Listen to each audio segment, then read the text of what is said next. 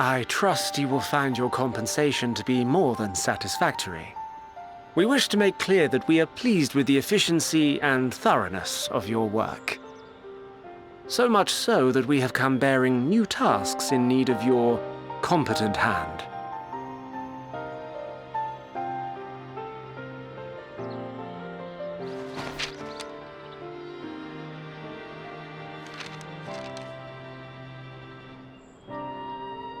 Another lengthy list. If I may speak frankly, the Gleaners have been pushed to the point of collapse by your unending demands.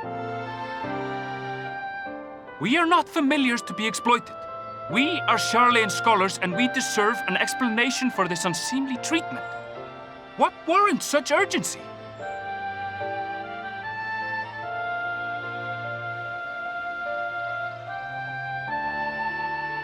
In an age long past, Sharlayan was charged with a momentous duty.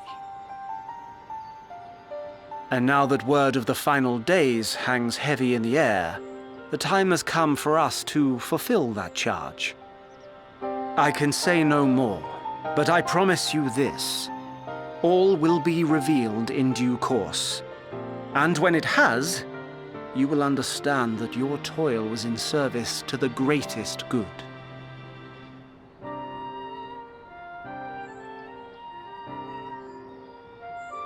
Then I will do your bidding. For now. But unless you wish the Gleaners to rise up in protest, I advise you to offer tangible improvements for our working conditions. Your promised revelation does nothing to address present circumstances. A fair point. Your concerns will be conveyed to the Forum.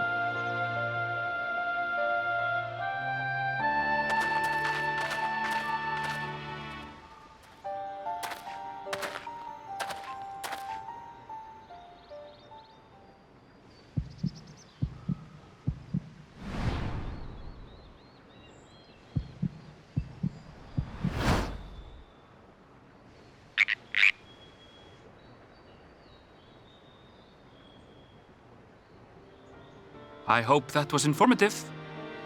You may consider my debt to you repaid in full. While I do have my reservations about the Forum, I want to believe that they have our best interests at heart. Which is why I'm reassured that you're busy sniffing out the truth of things. We can ill afford to place all our eggs in one basket, this master plan of theirs, without first understanding the risks involved.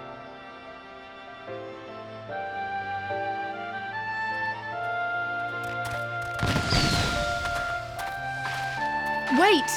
How did you know it was us? If you mean to impersonate a toad, try studying the real thing.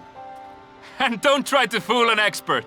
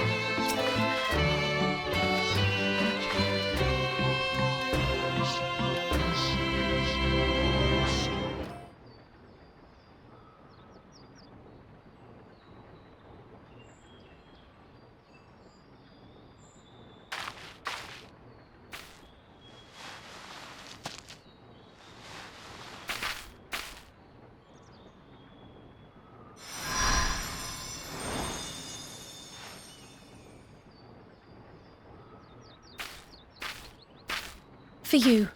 The spell will keep it from wilting. She said you would need it for the journey ahead.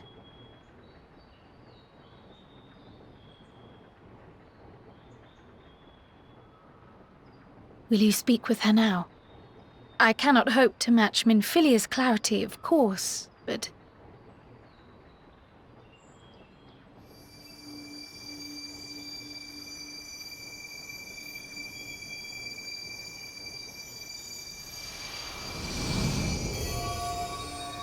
Thank you. Do not worry. She has lent me her body for only a moment. Just as I could not save the first from the flood of light, it has become arduous for me to interact with the physical world without assistance. Though I might converse with you for a time, the incorporeal form I assumed on the ship would be incapable of casting even the simplest enchantment. It is in the depths of the ethereal sea, the place to which all life returns, where my influence is greatest. After Minfilia's sacrifice on the first, it was to the sea, here in the source, where I ferried her soul. I wished that gentle spirit to find rest in the world she loved so well. Her, and another who may yet have a part to play, though that will depend on you. Take the flower, walk free, for you are free to go where you wish, to believe what you will.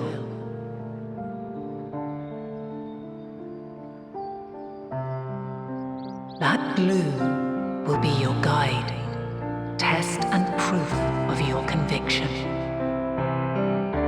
In darkness, seek joy, surrender not to sadness, and see beyond despair. Walk free and bear the light for others to follow. Together, raise it aloft and let it shine, till the end, blinding and radiant.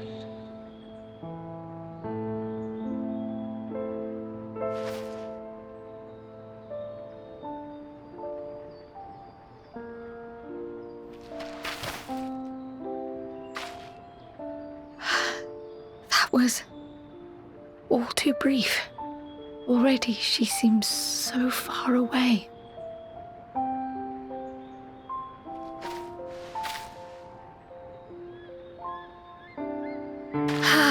My apologies if I startled you. Ever since we began our descent into Labyrinthos, I had sensed another's will, straining to reach out.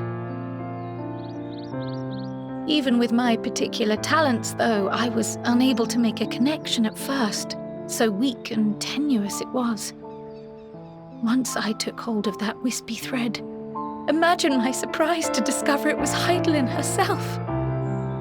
Needless to say, it seemed wise to learn what we could before letting go.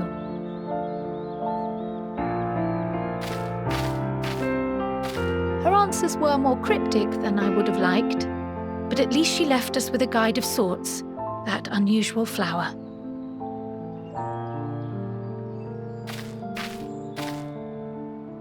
Yes, we are definitely making progress.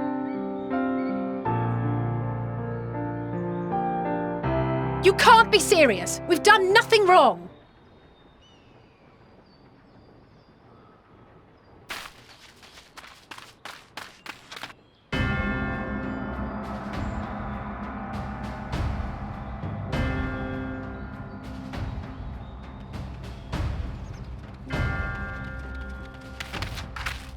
Master Fortuno, what business has the Forum with us?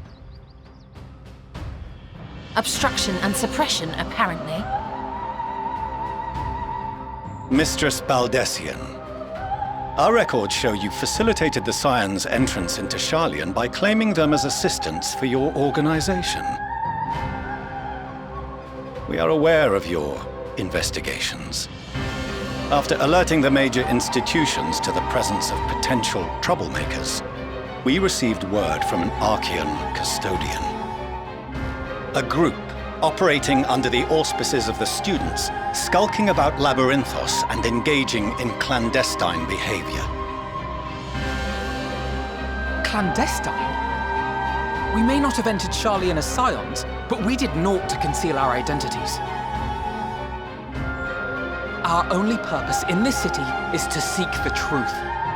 I can think of no reason why our actions should warrant the Forum's intervention. 'Tis not our way to discourage the pursuit of knowledge, but the timing of such pursuits must be considered, not to mention their potential impact. With the world in chaos, we, the true caretakers of wisdom, have committed ourselves to an undertaking that demands the utmost discretion. And we will not risk its success by turning a blind eye to disruptive foreign elements in our midst.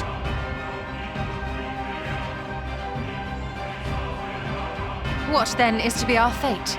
Will you put us on a ship back to Eorzea? The Forum will convene to examine your case. The results of said inquiry will determine your future in this city. As for your absent companion, he has already been detained. G'raha! But why? Is reading a crime now, too? Reading is encouraged, celebrated even. Not, however, of the volumes shelved in the restricted section of the library.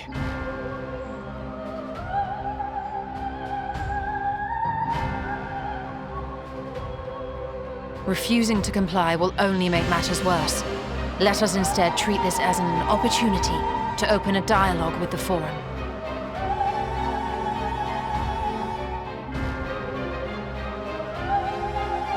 Silence is often one's best defense. I would advise against prolonging the proceedings with frivolous discourse.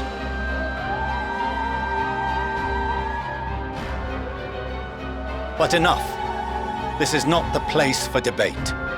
The rostra await.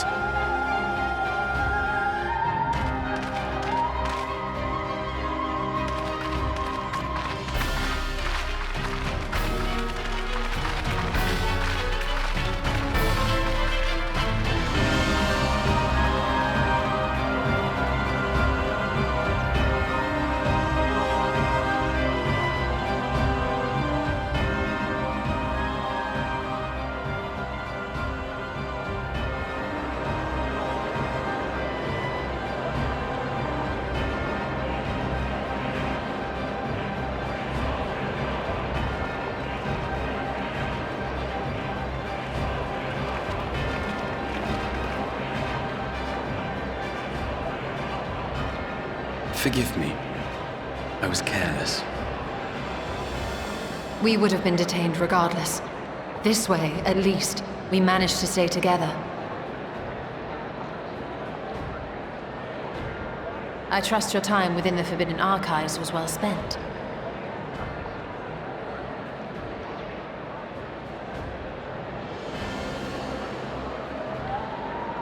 The Forum will come to order!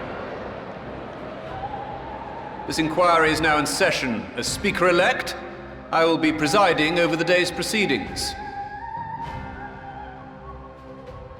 Master Fortuner, would you be so kind as to restate the matter which compelled you to summon your colleagues with such urgency?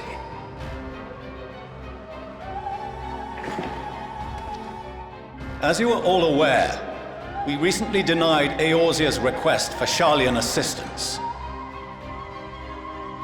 Since then, certain individuals dissatisfied with our decision have taken it upon themselves to interfere with our work. They entered our nation masquerading as associates of the students of Baldesion. But these malcontents are better known as the Scions of the Seventh Dawn. These militants wield influence with both the Eorzean and Eastern alliances. and are inextricably involved with the crises presently afflicting the world at large. Loose in our city, these warmongers sought to meddle with and expose matters of state secret. What are they, if not a dire threat to be expelled?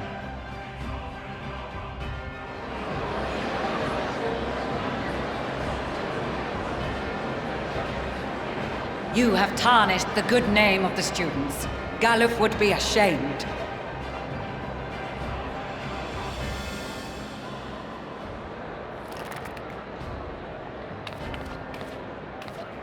Galuf Baldessian was never one to forsake his fellow man. Even if this nation closed every door and retreated from the world, he would have found a way to help the Scions, help every soul of this star fight back against the coming doom.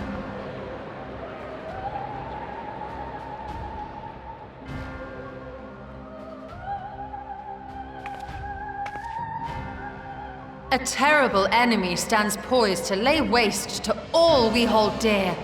In the face of such madness, Eorzea reached out to Sharlayan, a respected ally, in the hopes of forming a united front. Was your curt dismissal truly the best you could offer? Or are you so preoccupied with your momentous duty of an age long past that even the end of the world is unworthy of your attention?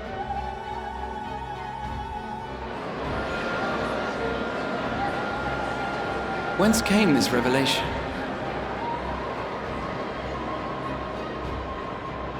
From the mouth of a Forum member within fortuitous earshot. Then it seems your findings support my own.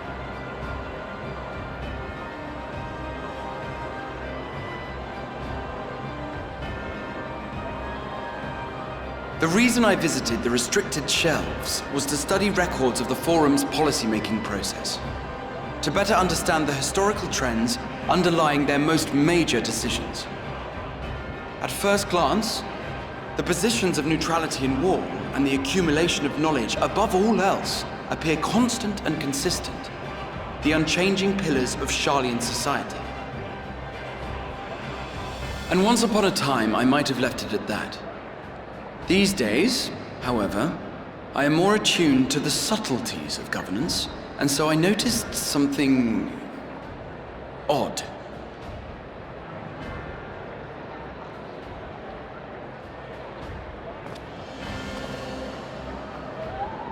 From a particular point in time, the purpose of these policies shifted.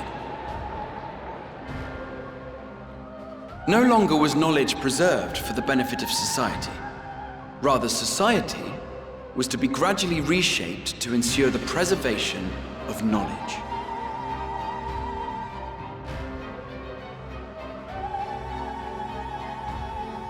The most conspicuous and telling change was the one which befell Labyrinthos.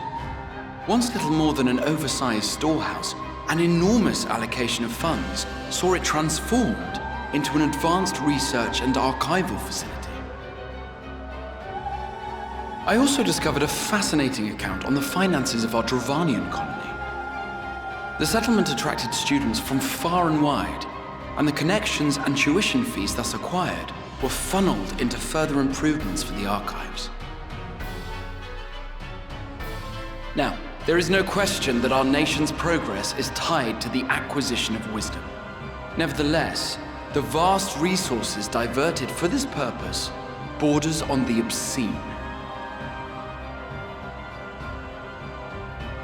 But returning to the matter of when, our change in course appears to have been made some 270 years ago.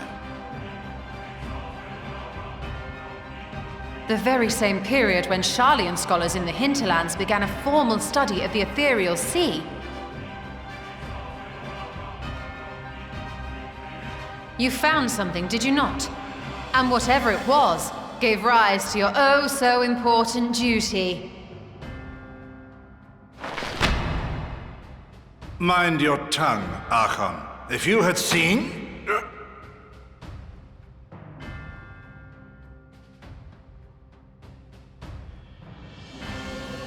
Yes, we are bound by a duty we cannot ignore. Knowing this, what would you have us do? Abandon our vital work and join you on the field of battle? We will never choose the way of the sword. We will fulfill our mission not through strife and bloodshed, but survival. Come what may, we shall live on. We must. Do as you must, then. But we Scions will fight until the heavens fall, until our last breath.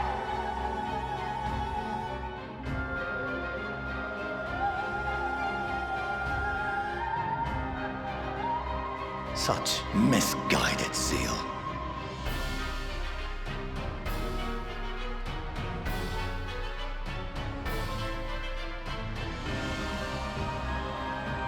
Father, Master Fortuno, I fail to understand the stance you have elected to take. But by the same token, I have yet to find a compelling argument to counter the challenge you put to us in Gridania. Still, in the midst of my uncertainty,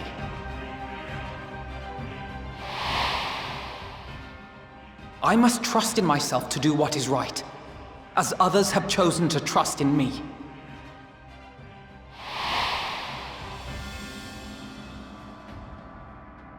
So I will continue, as I always have, weighing the consequences of my every action, and allowing my hope for the future to inform my decisions.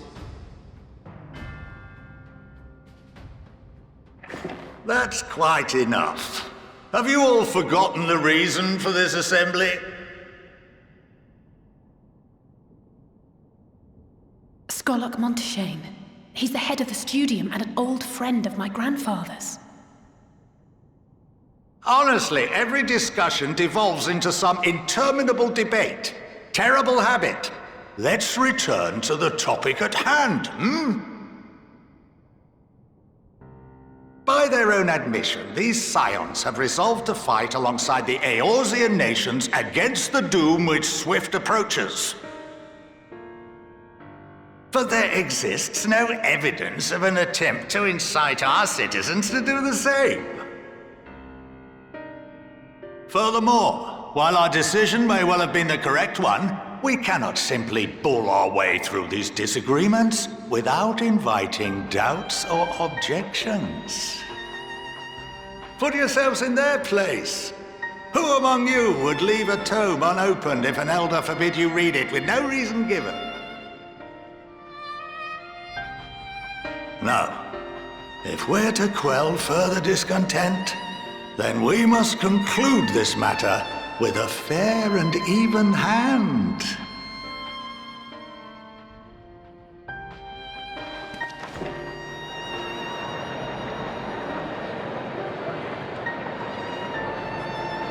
Order! We will have order! Master Monteshane raises some valid points. Keeping such concerns in mind, I propose we enforce the following measures. Until further notice, the students of Baldesion are to cease any and all activities within the domain of Sharlayan. You will also refrain from any further investigation into the Forum's decisions and duties. Failure to comply with these restrictions will result in the immediate expulsion of your Scion associates.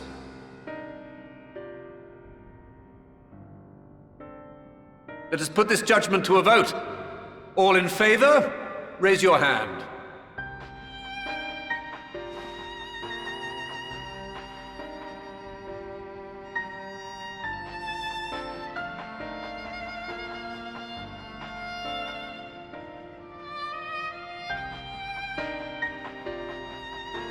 I count 51 for and 48 against. The proposal is passed. Students, Scions, you have heard the Forum's judgment. Pray abide by it, or face the consequences.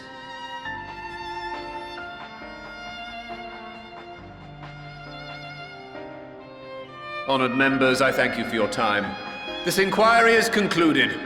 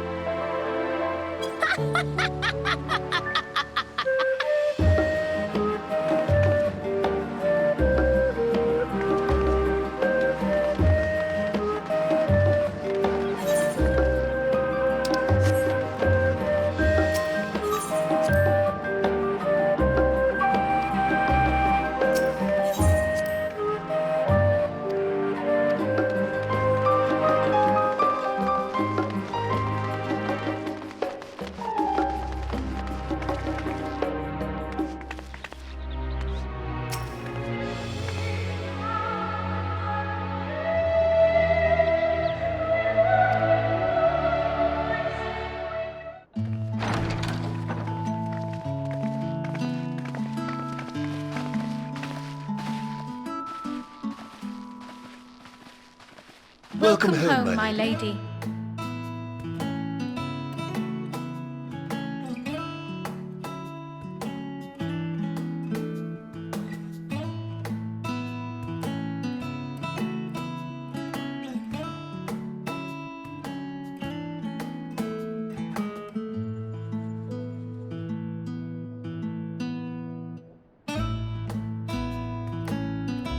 What? What are you gawping at?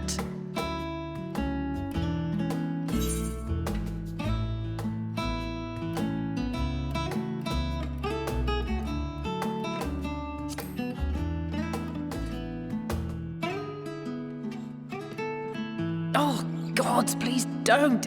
It makes me feel like a spoiled princess.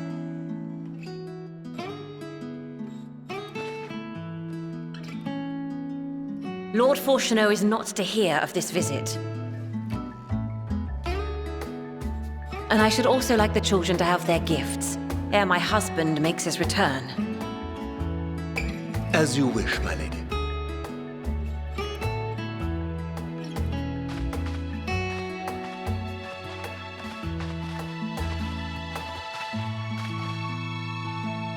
Master Alphino, Mistress Alice, if you would accompany me upstairs. We shan't be long.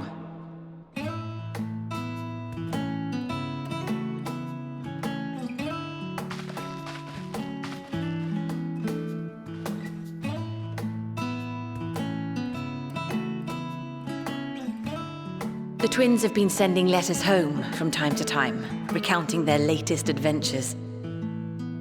I am sure they withhold certain details, of course, if only to keep me from worrying. Yet a mother worries all the same. In the early days especially, I tried to support them as best I could, sending the Scion's coin and other such donations. Fortunately, they have found the strength to overcome adversity time and time again. Their words grow more confident with every letter, their depictions more vivid. The triumphs and defeats, the joys and sorrows. It is clear that they have come to find value in every experience. But of those they treasure most, it would seem that meeting you might be the most impactful. Why, since that fateful day, I do believe there has not been a single missive in which you were not mentioned by name.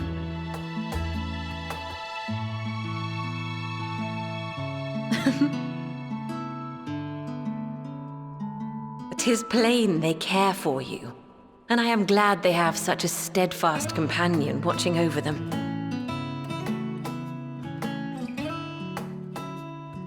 Under normal circumstances, I would offer you tea, but alas, these are anything but. In any event, why don't you keep me company whilst we await my children's return? Perhaps you might regale me with a tale or two of your exploits.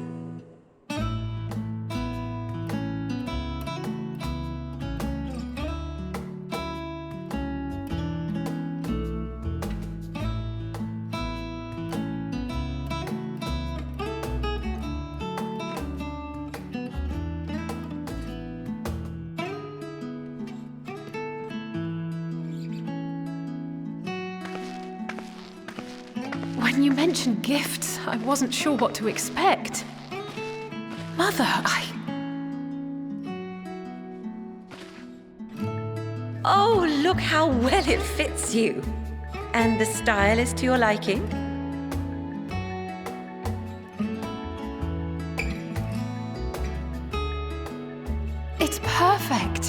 exactly what I would have chosen. But please, tell me you had something different made for Alphinaud. Naturally. You are hardly little children anymore.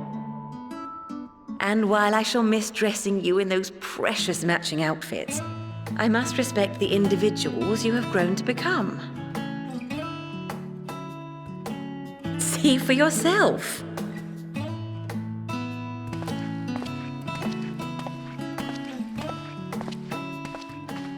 Thank you for the splendid clothes, Mother.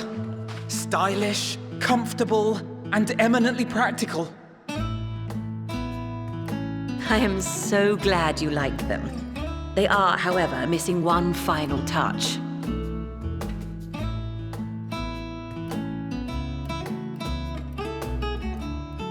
If you'd allow me, Master Alphinaud.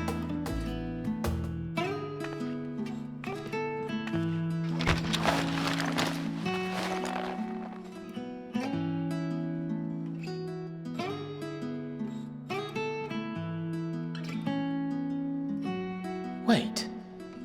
Are these... A sage's tools of the trade. They belonged to your father.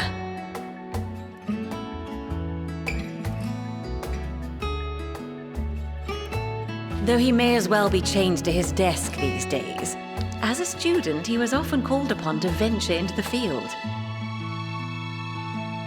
He wielded those armaments, both to heal and to harm in no few battles.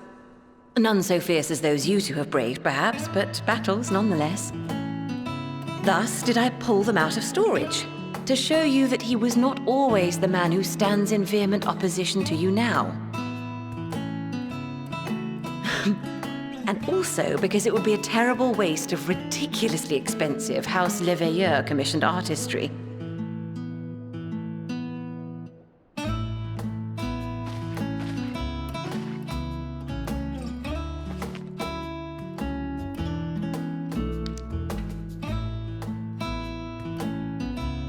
I am told these devices are quite difficult to master, but someone of your extensive experience should soon have them darting about with grace and aplomb.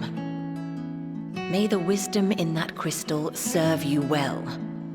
And please, try to find common ground with your father, that you might come and go without need for this awful subterfuge.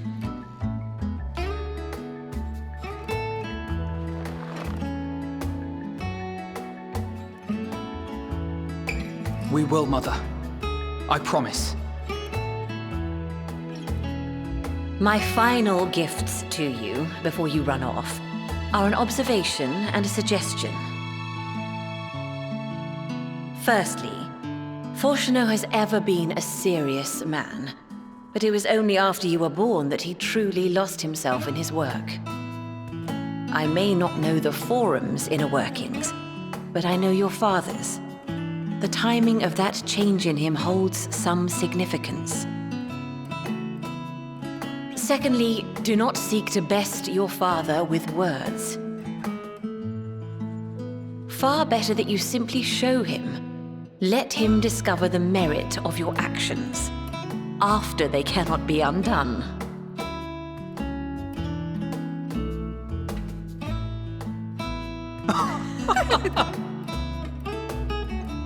Oh, Mother.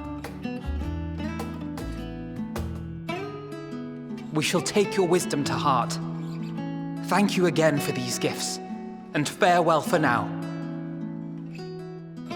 Safe travels, my children. Eat well, stay warm, and keep your friends close.